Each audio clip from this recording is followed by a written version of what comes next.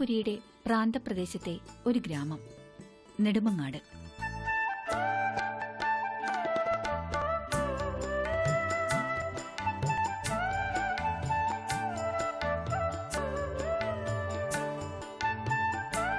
ചരിത്രാതീത കാലം മുതൽക്കേ കാർഷിക വൃത്തിക്ക് പേരുകേട്ട പ്രദേശം. നെടുവൻ എന്നു പേരായ കാട്ടുകിഴങ്ങിന്റെ സമൃദ്ധി പേരുവച്ച നെടുവൻകാട് അഥവാ നെടുമങ്ങാട്. നെടുവേ കിടന്നവന്റെ കാടെന്നും ഈ സ്ഥലത്തെ വിളിച്ചുപോരുന്നു. നെടുവേ കിടന്നവൻ പത്മനാഭനാണ്. ആ അനന്തപുരിയിൽ നിന്ന് ഏകദേശം 18 കിലോമീറ്റർ വടക്ക് കിഴക്ക് മാറി പൊന്മുടി ചെങ്കോട്ട പാതയോട് ചേർന്ന് ഹരിതാഭമായ ഒരു മലയോര കാർഷിക ഗ്രാമം നെടുമങ്ങാട്.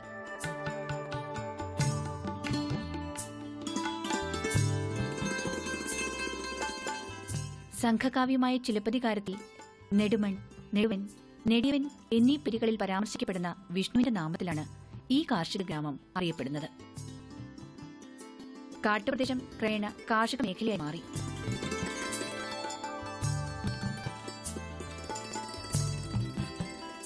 അത് പിന്നീട് തിരുവനന്തപുരത്തെ തോട്ടവിളകളുടെ മൊത്ത വ്യാപാര കേന്ദ്രവുമായി. പ്രാചീന കാലം മുതൽ ഈ മലയോര വിപണിയിൽ കാർഷികോൽപ്പന്നങ്ങളുടെ വ്യാപാരം സജീവമായി തന്നെ നടന്നുവരുന്നു. തിരുവിതാംകൂർ രാജകുടുംബത്തിലെ 5 താവഴികളിലൊന്നായ പേരകത്തായ് വഴിയുടെ ആസ്ഥാനമായിരുന്ന കോയിക്കൽ കൊട്ടാരം ഇവിടെയാണ്.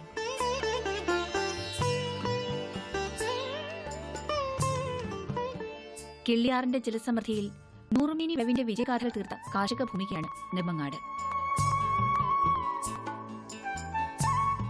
ഇത് നെടുമങ്ങാട് ചെങ്കോട്ട റോഡ്. ഇവിടെ ആനാടിനടുത്ത് സംസ്ഥാന പാതയുടെ ഇരുവശത്തുമായാണ് ജോയിയുടെ കൃഷിയിടം. തോട്ടത്തിൽ നിന്ന് പറിച്ച് പുതുമ നഷ്ടപ്പെടാതെ റോഡരികിൽ പ്രത്യേകം സജ്ജമാക്കിയ ഈ പ്രാദേശിക വിപണിയിൽ ആവശ്യക്കാരേറെ എത്തുന്നുണ്ട്. 6 ഏക്കറോളം കൃഷിയുണ്ട്. പടവലവും പാവലും പയറും, പിന്നെ ഇടവിള കൃഷിയായിട്ട് ചീരയുണ്ട്, പിന്നെ വാഴയുണ്ട്. ഇതൊക്കെയാണ് ഇപ്പോൾ ചെയ്തിരിക്കുന്നത്. ചെയ്യുന്നതിനടുത്തായി തന്നെയാണ് ആ മാർക്കറ്റ് നിലനിൽക്കുന്നത്. അത് എല്ലാവരും നല്ല അഭിപ്രായമായിട്ട് സാധനങ്ങൾ മേടിച്ചുകൊണ്ട് പോകുന്നുണ്ട്. ഇവിടെ നിന്നുള്ള ആൾക്കാരും വെളിയിൽ നിന്നുള്ളവർ വരുന്നുണ്ട്. പിന്നെ ആറ്റിങ്ങിൽ, കൊല്ലത്ത് അവിടെ നിന്നൊക്കെ ഇവിടെ വരുന്നവർ ഇതിന് വേണ്ടി വരുന്ന വാങ്ങിക്കുന്നവരുണ്ട്.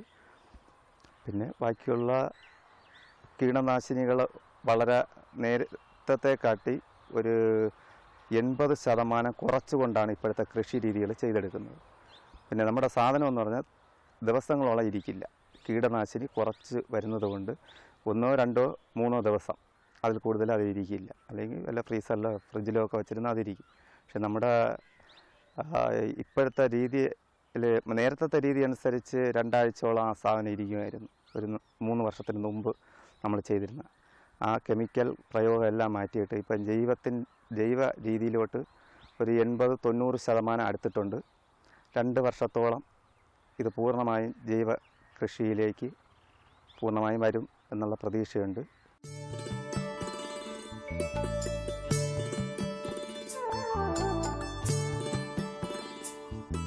പറയങ്കാവിൽ നിന്ന് ആനാടിലെത്തി തരിശായ പ്രദേശത്ത് കൃഷി നടത്തി വിജയം കൊയ്തെടുത്ത ജോയ് പാട്ടത്തിനെടുത്ത 6 ഏക്കർ മണ്ണിലാണ് കൃഷിമുറകൾ അനുവർത്തിച്ചു പോരുന്നത്. വാഴകൃഷിയുടെ വിപുലീകരണത്തിനായി ജോയ് സമീപകാലത്ത് 2 ഏക്കർ ഭൂമി കൂടി പാട്ടത്തിനെടുത്തിട്ടുണ്ട്. മണ്ണിനെ അറിഞ്ഞാൽ പൊന്നും വിളവെടുക്കാമെന്ന തിരിച്ചറിവാണ് ജോയിയെ വ്യത്യസ്തനാക്കുന്നത്.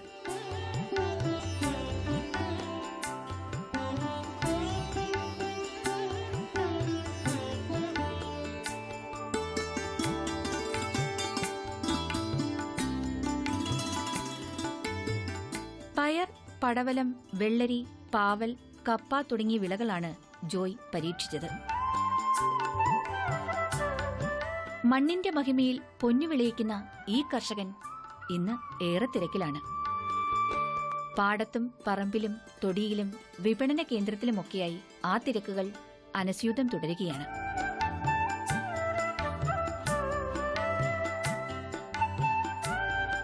കാർഷിക വിപണനത്തിലും ഉൽപാദനത്തിലും നിസ്തുല ചരിത്രമുള്ള താലൂക്കാണ് നെടുമങ്ങാട്. 27 പഞ്ചായത്തുകളുള്ള ഈ താലൂക്കിൽ കാർഷിക വൃത്തിയുടെ കാര്യത്തിൽ ഏറെ പ്രമുഖമാണ് ആനാട് പഞ്ചായത്ത്.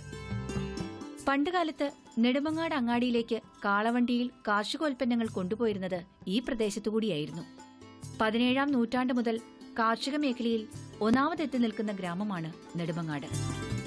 ഗ്രാമപഞ്ചായത്ത് കാർഷിക മേഖല എന്ന് പറയുന്നത് ആനാട് ഗ്രാമപഞ്ചായത്ത് എക്കാലവും ഒരുപക്ഷെ പണ്ട് മുതൽ നെടുമങ്ങാട് മാർക്കറ്റിലേക്ക് കാളവണ്ടിയിൽ കാർഷിക ഉൽപ്പന്നങ്ങൾ കൊണ്ടുപോകുന്ന ചെങ്കോട്ട നെടുമങ്ങാട് റോഡിൻ്റെ പരമ്പരാഗതമായ ഒരു സ്ഥലമാണ് ആനാട് ഗ്രാമപഞ്ചായത്ത്.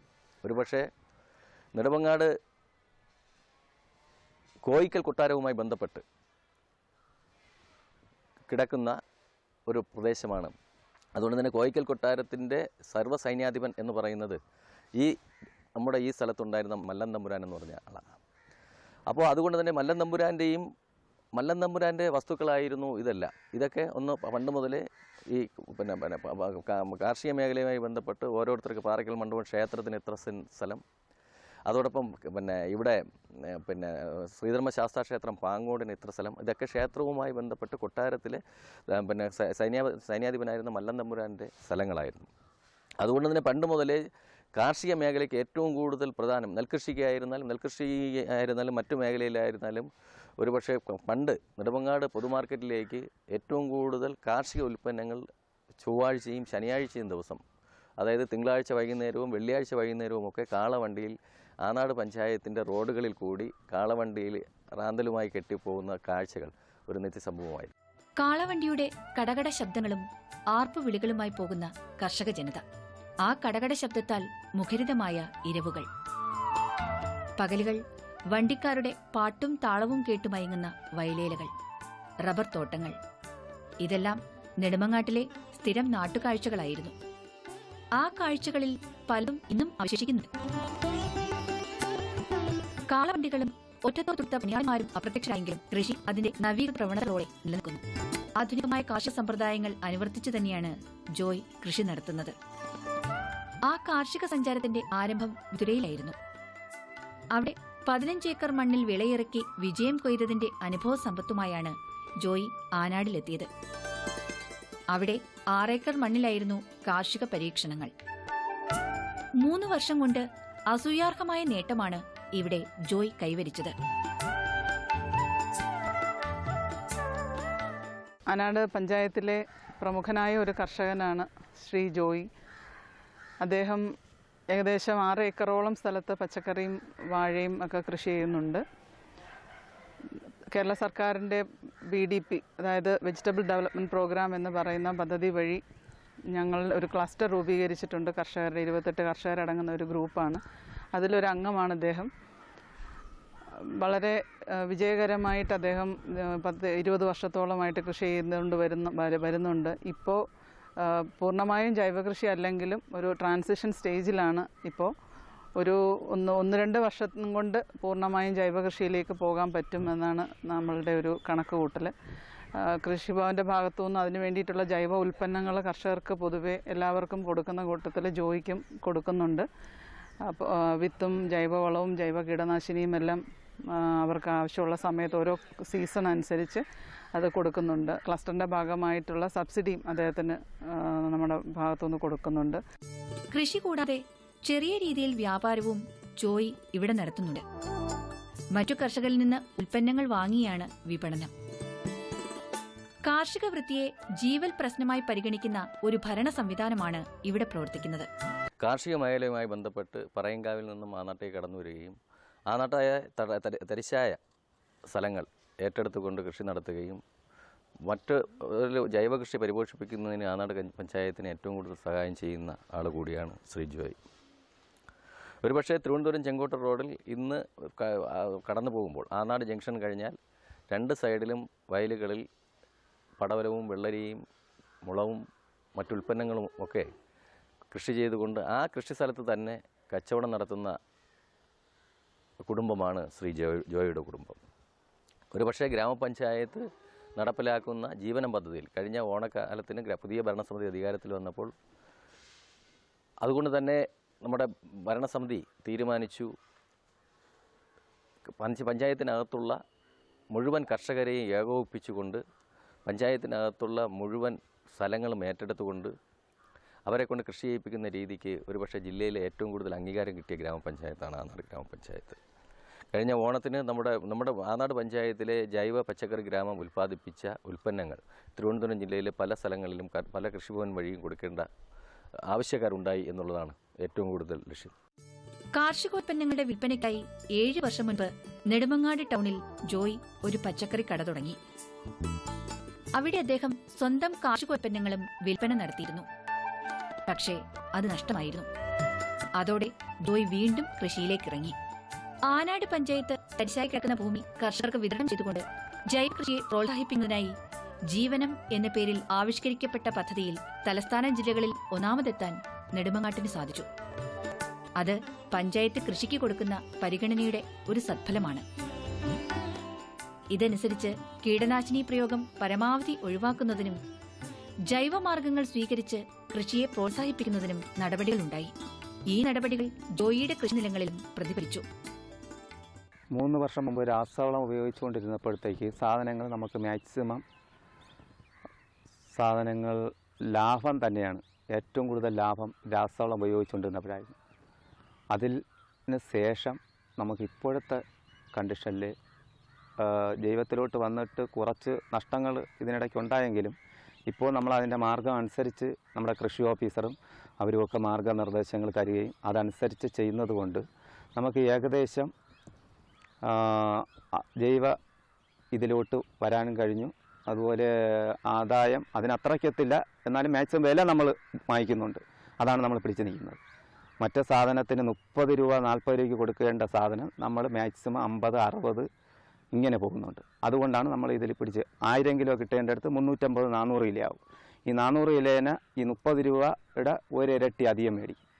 അവിടെ 60 രൂപയാവും. അപ്പോൾ നമ്മൾ പഴയ കണ്ടീഷനിൽ വരികയാണ്. സാധനം കുറവും വില കൂടുതലുമാണ്. അങ്ങനെയാണ് ഇപ്പോൾ പിടിച്ച് പോകുന്നത്. ഒരു കർഷകൻ എന്ന നിലയിൽ ജോയ് സംതൃപ്തനാണ്. മൊത്തവ്യാപാരികൾക്ക് പോലും ലഭിക്കാത്ത ലാഭമാണ് തനിക്ക് ലഭിക്കുന്നതെന്ന് ജോയ് അവകാശപ്പെടുന്നു. പ്രാദേശിക വിപണി മാത്രമല്ല ഇന്ന് ജോയിയുടെ വ്യാപാര മേഖല. സംശുദ്ധവും കീടനാശിനി രഹിതവുമായ തന്റെ ഉൽപ്പന്നങ്ങളിലൂടെ ജോയ് അന്താരാഷ്ട്ര വിപണി വരെ കീഴടക്കിയിരിക്കുന്നു. ജോയിയുടെ കൃഷിഭൂമിയിൽ നിന്നുള്ള പടവലം, ചീര, പയറ്, ഏത്തയ്ക്ക, മരച്ചീനി തുടങ്ങിയ വിഭവങ്ങൾ ഇന്ന് വിദേശ തീന്മേശകളിൽ വരെ എത്തിപ്പെട്ടിരിക്കുന്നു. അതെ, ജോയ് പച്ചക്കറി കയറ്റുമതിയിലും തന്റെ സാന്നിധ്യം ഉറപ്പിച്ചിരിക്കുന്നു. കുടുംബത്തിൽ എന്നതുപോലെ കൃഷിയിലും ജോയ് ഒറ്റയ്ക്കല്ല. ഭാര്യയും മകളും മകനും സഹായിക്കുന്നു.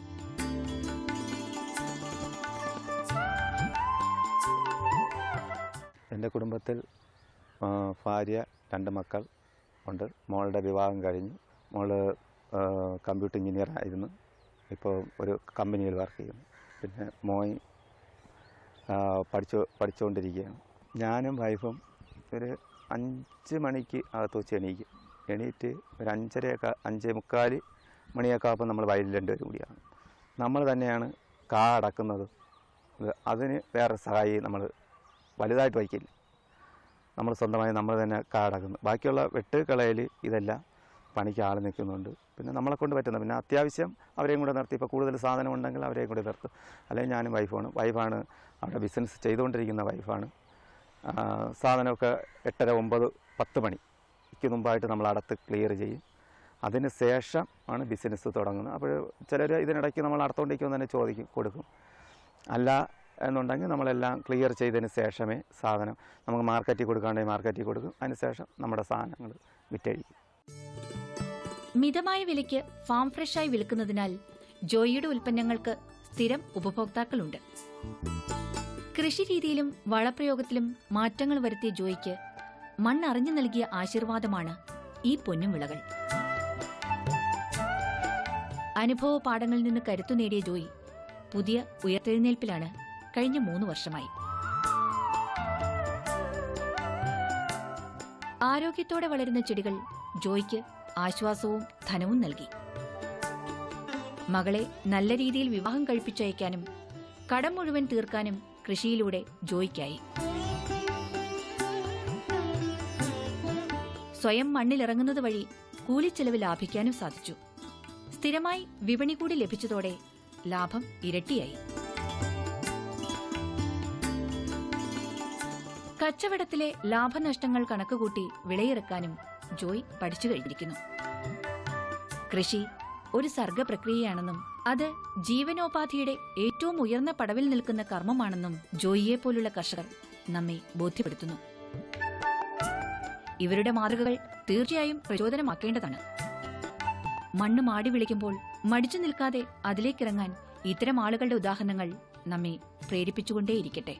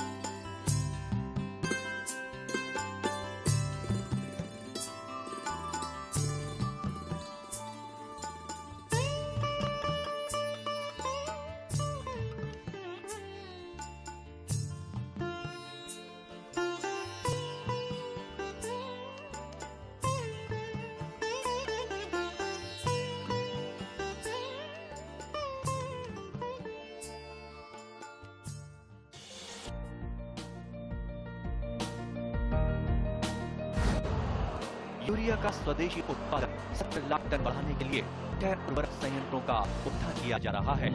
FCIL के गोरखपुर, सिंदरी, तलचर और रामागुंडम संयंत्र, HFCL की बरौनी इकाई और BVFCL की नामरू फोर्थ। सोने पर सुहागा ये है कि देश में अब बनेगा सिर्फ नीम लेपित यूरिया, क्योंकि इससे होगा किसानों का फायदा ही फायदा। अनाज का उत्पादन 10% तक बढ़ेगा। बढ़ेगी 10 से 15% नाइट्रोजन क्षमता।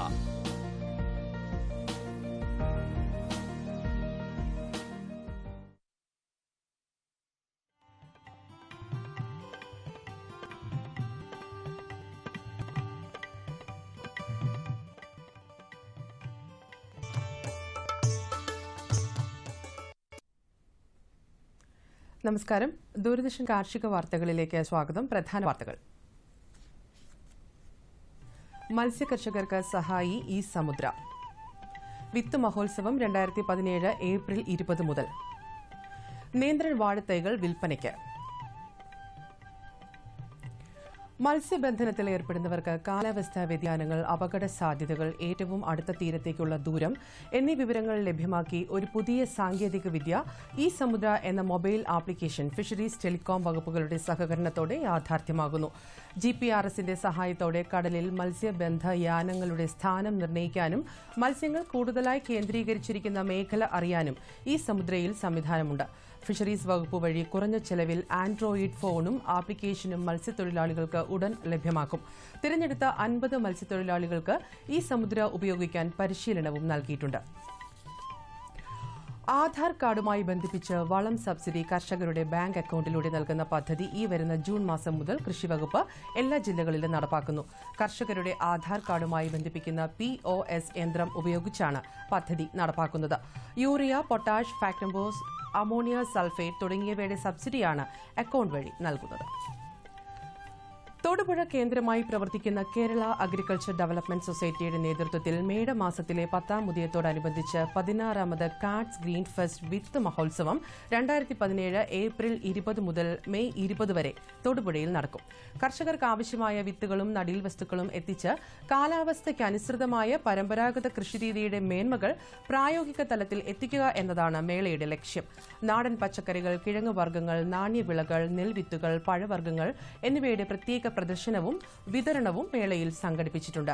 കേരളത്തിലെ എല്ലാ ജില്ലകളിൽ നിന്നുമുള്ള വിത്തുൽപാദകരായ കർഷകർക്കും പ്ലാവ് കർഷകർ, മാമ്പഴ കർഷകർ എന്നിവർക്കും സംഘടനകൾക്കും മേളയിൽ പങ്കെടുക്കാം. കൂടുതൽ വിവരങ്ങൾക്ക് വിളിക്കേണ്ട ഫോൺ നമ്പർ 0486222317.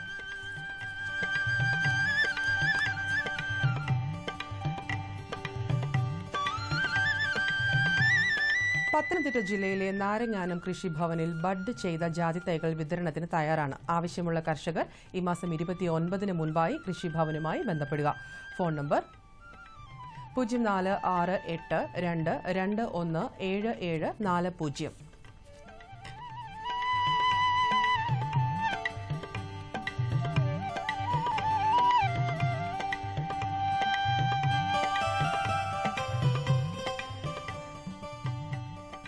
കാർഷിക വികസന കർഷക ക്ഷേമ വകുപ്പിന്റെ കീഴിൽ തിരുവനന്തപുരത്ത് പ്രവർത്തിക്കുന്ന വലിയതുറ തൈ ഉൽപാദന കേന്ദ്രത്തിൽ നേന്ത്രൻ ഇനത്തിൽപ്പെട്ട ടിഷ്യൂ കൾച്ചർ വാഴത്തൈകൾ വിൽപ്പനയ്ക്കായി തയ്യാറായിട്ടുണ്ടെന്ന് അസിസ്റ്റന്റ് ഡയറക്ടർ അറിയിക്കുന്നു. വാഴത്തൈ ഒന്നിന് 20 രൂപ നിരക്കിൽ കർഷകർക്ക് ലഭ്യമാക്കും. ടാപ്പിംഗ് തൊഴിലാളികൾക്ക് ഭവന നിർമ്മാണം, വൈദ്യസഹായം, ഇൻഷുറൻസ് തുടങ്ങി വിവിധ പദ്ധതികൾ റബ്ബർ ബോർഡ് നടപ്പാക്കി വരുന്നു. ബോർഡിന്റെ ക്ഷേമ പദ്ധതികൾ, സേവനങ്ങൾ എന്നിവയെക്കുറിച്ച് അറിയുവാൻ കേന്ദ്ര ഓഫീസിൽ പ്രവർത്തിക്കുന്ന കോൾ സെന്ററിൽ വിളിക്കാവുന്നതാണ്. എല്ലാ പ്രവൃത്തി ദിവസങ്ങളിലും രാവിലെ 9:30 മുതൽ വൈകുന്നേരം 5:30 വരെ സേവനം ലഭ്യമാണ്. Phone number 048125766622.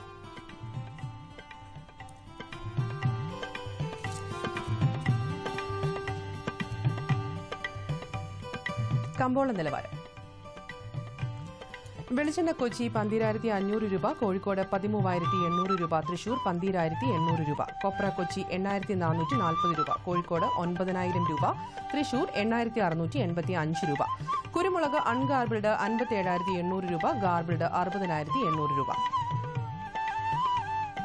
ചുക്ക മീഡിയം 12,250 രൂപ, ബസ്റ്റ് 13,250 രൂപ, മഞ്ഞൾ സേലം 9,600 രൂപ, ഈറോഡ് 9,800 രൂപ, അടയ്ക്ക 19,000-നും 20,000-നും മധ്യേ. കൊച്ചി റബ്ബർ RSS 5ാം ഗ്രേഡ് 14,100 രൂപ, റബ്ബർ RSS 4ാം ഗ്രേഡ് 14,700 രൂപ. കോട്ടയം റബ്ബർ RSS 5ാം ഗ്രേഡ് 14,100 രൂപ, റബ്ബർ RSS 4ാം ഗ്രേഡ് 14,750 രൂപ. കമ്പോള നിലവാരം കൊച്ചിയിൽ. വെളിച്ചെണ്ണ 12,500 രൂപ, കൊപ്ര 8,440 രൂപ, പിണ്ണാക്ക് എക്സ്പെല്ലർ 2,300 രൂപ, റോട്ടറി 2,700 രൂപ. കുരുമുളക് അൺഗാർബിൾഡ് 57,800 രൂപ, ഗാർബിൾഡ് 60,800 രൂപ. ചുക്ക മീഡിയം 12,250 രൂപ, ബസ്റ്റ് 13,250 രൂപ, മഞ്ഞൾ നാടൻ 11,500 രൂപ, അടയ്ക്ക പുതിയത് 16,000-നും 18,000-നും മധ്യേ. ജാതിക്ക തൊണ്ടൻ കിലോഗ്രാമിന് 225-നും 350-നും മധ്യേ. ജാതിക്ക തൊണ്ടില്ലാത്തത് കിലോഗ്രാമിന് 475-നും 570-നും മധ്യേ. ജാതിപത്രി കിലോഗ്രാമിന് 500-നും 650-നും മധ്യേ. ഗ്രാമ്പു കിലോഗ്രാമിന് 725 രൂപ. റബ്ബർ RSS 5ാം ഗ്രേഡ് 14,100 രൂപ, റബ്ബർ RSS 4ാം ഗ്രേഡ് 14,700 രൂപ, ഒട്ടുപാൽ 9,600 രൂപ, ലാറ്റക്സ് 9,300 രൂപ. കമ്പോള അവലോകനം. ഏലക്ക വില ഇടിഞ്ഞു. ശാന്തൻപാറയിൽ ഇന്ന് നടന്ന ഏലക്ക ലേലത്തിൽ വലിപ്പം കൂടിയ ഇനങ്ങൾ കിലോയ്ക്ക് 1,260 രൂപയായി ഇടിഞ്ഞു.